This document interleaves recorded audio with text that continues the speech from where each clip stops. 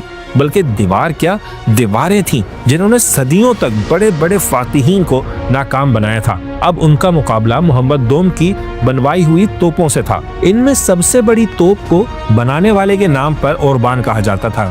یہ 1 میل کے فاصلے سے 2 میٹر ڈایامیٹر اور 1200 پاؤنڈ وزن کا گولہ پھینک سکتی تھی، اور یہ اتنی بھاری تھی کہ اسے 60 بیل اور 400 لوگ چلاتے تھے۔ سلطان کی فوج سی آف مارمرا سے گولڈن ہارن تک شہر کی دیوار کے ساتھ پھیل گئی، اور فوج کا ایک بڑا حصہ ان بحری جہازوں میں بھی تھا جو شہر کے ساتھ سمندر میں موجود تھے۔ اب قسطنطنیہ چاروں طرف سے گھیرے میں تھا۔ سب سے پہلے شاہ قسطنطین 11 کو پیغام بھجوایا گیا، شہر حوالے کر دیا جائے، سب کو امان ملے گی۔ لیکن یہ آفر ٹھکرا دی گئی اور کہا گیا کہ صلح تو کر سکتے ہیں لیکن شہر حوالے نہیں کریں گے۔ انکار کا جواب گولہ باری سے دیا گیا۔ اب شہر کی دیواریں براہ راست حملے کی زد میں تھیں۔ سب سے زیادہ نقصان اوربان توپ پہنچا رہی تھی۔ وہ دن میں صرف 7 گولے فائر کر سکتی تھی، لیکن یہ سارے گولے کسی زلزلے سے کم نہ ہوتے۔ شہر کی دیوار ہل کر رہ جاتی، ٹوٹ جاتی، برج گر جاتے، لیکن ایسٹرن رومن امپائر کا یہ آخری گڑھ ہار ماننے کو تیار نہیں تھا۔ شہر کا دفاع کرنے والی فوج اور عوام بھی راتوں رات ٹوٹی ہوئی دیواروں کی مرمت کر دیتے، اور سمندر کی طرف سے تو انہیں مکمل اطمینان تھا۔ کیونکہ انہوں نے گولڈن ہارن کو بند کر رکھا تھا۔ اس کی انٹرنس پر ایک بہت بڑی اور موٹی زنجیر باندھی تھی جسے کوئی بحری جہاز پار نہیں کر سکتا تھا جب تک کہ شہر سے اس زنجیر کو نیچے نہ کیا جائے۔ اور ایک دن ایک ایسا واقعہ پیش آیا جس نے عثمانیوں کے حوصلے توڑ دیے۔ یورپ سے 4 جہاز قسطنطنیہ شہر کی مدد کے لیے سامان اور فوجی لے کر آئے۔ عثمانی بحریہ سلطان کی نظروں کے سامنے انہیں روک نہیں پائی۔ چاروں جہاز شہر کے اندر داخل ہو گئے اور امداد مل گئی، اسلحہ بھی، خوراک بھی اور فوج بھی۔ یہ بہت بڑی ناکامی تھی۔ اب سلطان محمد کو کچھ ایسا کرنا تھا جسے کوئی ایکسپیکٹ نہ کر رہا ہو، کچھ ایسا جو کوئی خوابوں میں بھی سوچ نہ سکے۔ لیکن کیسے؟ سمندر میں زنجیر تھی اور خشکی پر پہاڑ اور جنگل۔ تب محمد دوم نے وہ منصوبہ بنایا جسے سن کر اس کے اپنے جرنیل بھی پریشان ہو گئے ہوں گے۔ اس نے کہا، اگر سمندر جہازوں کو راستہ نہیں دیتا تو ہم اپنے جہاز زمین پر چلائیں گے۔ 21 اپریل سن 1453 کی وہ رات تاریخ کی سب سے عجیب و غریب رات، جب عثمانیوں نے جنگل میں بڑے بڑے درخت کاٹے، بڑی تعداد میں جانور ذبح کیے اور پھر ان کی چربی درخت کے تنوں پر مل دی تاکہ وہ مکمل طور پر لوبریکیٹ ہو جائیں، اور پھر ہزاروں فوجیوں اور بیلوں نے مل کر 70 جنگی جہازوں کو سمندر سے کھینچ کر خشکی پر چڑھا دیا۔ انہیں پہاڑی علاقے سے گزارا، جنگلوں کے بیچ میں سے کھینچا اور صبح ہونے سے پہلے گولڈن ہارن کے پانیوں میں اتار دیا۔ یہ عقل کے خلاف تھا، یہ فزکس کے خلاف تھا، لیکن جو بھی تھا خدا کی قسم لاجواب تھا۔ 22 اپریل کی صبح جب شہر کے باسیوں کی آنکھ کھلی تو ان کے پیروں تلے سے زمین نکل گئی۔ زنجیر اپنی جگہ پر موجود تھی، لیکن عثمانیوں کے 70 جہاز خلیج کے اندر موجود تھے۔ شہر میں کوہرام مچ گیا۔ لوگوں نے کہا یہ تو جادو ہے، لیکن حقیقت یہ ہے کہ یہ جادو نہیں، اسٹریٹجی تھی، ایسی حکمت عملی جس کے بارے میں کبھی کسی نے سوچا بھی نہیں تھا۔ تو قسطنطنیہ سائیکولوجیکلی تو اسی دن ہار گیا تھا۔ شہر کی دیوار تو نہیں گری، لیکن حوصلہ ختم ہو گیا۔ پھر بھی اگلے کئی دن قیامت کے تھے، شہر والوں کے لیے بھی اور شہر کے باہر عثمانی فوج کے لیے بھی۔ سلطان محمد دوم نے اپنے وزیروں کی کونسل بلائی اور اس بار وزیر اعظم خلیل پاشا نے صاف صاف کہہ دیا کہ ہم یہ جنگ نہیں جیت سکتے، ان دیواروں کو کوئی نہیں توڑ سکتا۔ 7 ہفتے ہو چکے ہیں، ہم کچھ نہیں کر پائے۔ سلطان واپس چلیں ورنہ یورپ کی فوجیں آ جائیں گی اور ہم مارے جائیں گے۔ لیکن سلطان کے لیے یہ زندگی اور موت کا مسئلہ تھا۔ اگر وہ اب واپس مڑتا تو وہ دوبارہ وہی ناکام بچہ بن جاتا، اپنے سب سے بڑے خوف، اپنی سب سے بڑی ناکامی کا دوبارہ سامنا کرتا۔ اور حقیقت یہ ہے کہ اگر وہ ایسا کرتا تو اس کی حکومت ختم نہیں ہو جاتی، وہ زندگی بھر کے لیے کٹ پتلی بن کر رہ جاتا، اور وہ ایسا نہیں بننا چاہتا تھا۔ تب ایک اور وزیر زغنوس پاشا نے کہا کہ وقت آ چکا ہے کہ شہر پر عام حملے کا حکم دیا جائے، اور یہی وہ بات تھی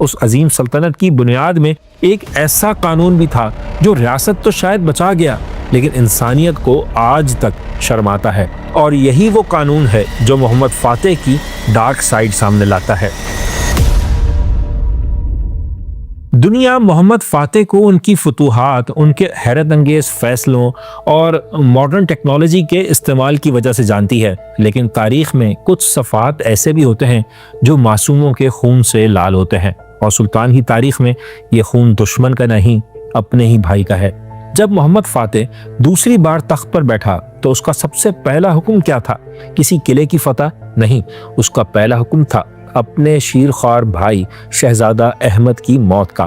احمد جو ابھی دودھ پیتا تھا، جس نے ابھی دنیا دیکھی بھی نہیں تھی، لیکن سلطان کو ڈر تھا کہ کل کو یہ بچہ بڑا ہو کر بغاوت کر سکتا ہے، سلطنت کو دو ٹکڑے کر سکتا ہے۔ تو اس نے اپنے جلاد کو بھیجا اور اس بچے کو حمام میں نہلاتے ہوئے پانی میں ڈبو کر مار دیا گیا۔ ایک عظیم فاتح ایک معصوم بچے کا قاتل بن گیا۔ کیا یہ ضروری تھا؟ کیا اقتدار واقعی اتنا اہم ہوتا ہوگا؟ تبھی کہتے ہیں پاور از پاور۔ لیکن محمد فاتح نے بس یہیں پر بس نہیں کیا، اس نے اس قتل کو قانونی شکل دے دی۔ اس نے اپنے قانون نامے میں وہ لکھا جس کی وجہ سے کئی صدیوں تک عثمانی محل قتل گاہ بنا رہا۔ اس نے لکھا، میرے بیٹوں میں سے جسے بھی اللہ سلطنت عطا کرے اس کے لیے جائز ہے کہ وہ سلطنت کے نظام کی بہتری کے لیے اپنے بھائیوں کو قتل کر دے۔ یہ تھا وہ لا آف فریٹریسائڈ، یعنی بھائیوں کے قتل کا قانون۔ اس قانون کی منطق کیا ہے؟ اسلام تو کہتا ہے انسان کی جان سب سے زیادہ محترم ہے، لیکن سلطان محمد فاتح کے خیال میں ریاست کا مفاد کسی بھی انسان کی جان سے بڑا ہے۔ ان کے خیال میں اگر کسی سلطان کے بھائی زندہ ہوں تو خانہ جنگی لازمی ہوگی، ہزاروں لوگ مریں گے، دشمن فائدہ اٹھائیں گے۔ اس سے بہتر ہے کہ ایک شہزادہ مر جائے اور ہزاروں لاکھوں لوگ بچ جائیں۔ یہ ریاست کو بچانے کا سب سے ظالمانہ طریقہ تھا، کیونکہ اس قانون کی وجہ سے بعد میں آنے والے سلطانوں نے اپنے 19 بھائیوں کو قتل کروایا۔ ایک سلطان مرتا تو نئے سلطان کے ساتھ جنازوں کی لائنیں لگ جاتی، باپ بیٹے کا دشمن بن گیا اور بھائی بھائی کا۔ اس میں کوئی شک نہیں کہ محمد فاتح ایک ملٹری جینیس تھا، لیکن وہ بادشاہت کے اس نظام کا قیدی بھی تھا۔ اب آپ کہیں گے کہ میں ہمیشہ بادشاہت کے نظام پر تنقید کرتا رہتا ہوں، ہر وقت اس میں کیڑے نکالتا رہتا ہوں۔ بھائی آپ بتائیں پھر میں کیا کروں؟ ایک ایسا سسٹم جس میں صدیوں میں صرف ایک یا دو حکمران ٹھیک آئے، جہاں حکومت صرف اس لیے کسی شخص کو ملے کہ وہ کسی کا بیٹا ہے، کسی کا بھائی ہے، چچا ہے، کزن ہے، تو میں اس نظام کو کرٹیسائز کیوں نہ کروں؟ پھر سب سے اہم بات، یہ ایسا نظام ہے جس میں ٹرانسفر آف پاور یعنی اقتدار کی منتقلی کا کوئی پرامن طریقہ ہے ہی نہیں۔ آپ میں دم ہے تو حکومت لے لیں، نہیں ہے تو مرنے کے لیے تیار ہو جائیں۔ اور اس نظام میں تخت تک پہنچنے کا راستہ بس ایک ہی ہے، اپنوں کی لاشوں سے گزر کر جانا۔ اس لیے فاتح سے لے کر اورنگزیب تک ہر بڑے بادشاہ کو یہی راستہ لینا پڑا، چاہتے ہوئے یا نہ چاہتے ہوئے۔ سمجھے، یہ اس سسٹم کا مینوفیکچرنگ فالٹ ہے، اور یہی اس کہانی کی وہ ڈارک سائڈ ہے۔ اس میں یا تو تخت ہے یا تختہ ہے، اور یہی وہ پہلو ہے جسے ڈراموں میں، فلموں میں یا بڑی حد تک کتابوں میں بھی چھپا دیا جاتا ہے۔ لیکن جتنا بھی چھپائیں، تاریخ کبھی معاف نہیں کرتی، وہ آپ کے کارنامے بھی لکھتی ہے اور آپ کے جرائم بھی۔ فال آف کانسٹینٹینوپل کے بعد یورپ میں کوہرام برپا ہو گیا۔ کہا جاتا ہے کہ پوپ نکولس پنجم نے سلطان کو شیطان کی اولاد قرار دیا اور اس کے خلاف جنگ کا اعلان کر دیا۔ لیکن اب یورپ میں سلطان کے قدم روکنے والا کوئی نہیں تھا۔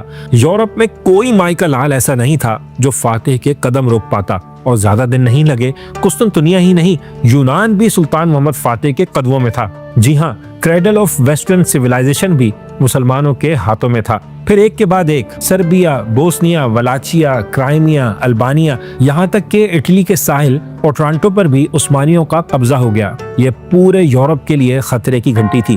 ایک بادشاہ جو خود کو قیصر روم کہتا ہے، اس کی فوجیں اٹلی کی سرزمین پر پہنچ چکی تھیں۔ فیصلہ کن لڑائی کا وقت آ چکا تھا۔ 1481 کے موسم بہار میں سلطان نے فوج جمع کرنے کا حکم دیا۔ استنبول کے ایشیائی حصے میں فوج جمع ہوئی۔ کسی کو کچھ نہیں بتایا گیا کہ کہاں جانا ہے۔ کیا سلطان روڈز کے جزیرے پر حملہ کریں گے یا مصر کی مملوک سلطنت اگلا ٹارگٹ ہوگی؟ کہتے ہیں کسی نے سلطان سے پوچھ بھی لیا کہ آپ کا ارادہ کہاں کا ہے۔ سلطان نے جواب دیا کہ اگر مجھے یہ پتہ چل جائے کہ میری داڑھی کے ایک بال کو بھی میرے اصل ارادے کی خبر ہے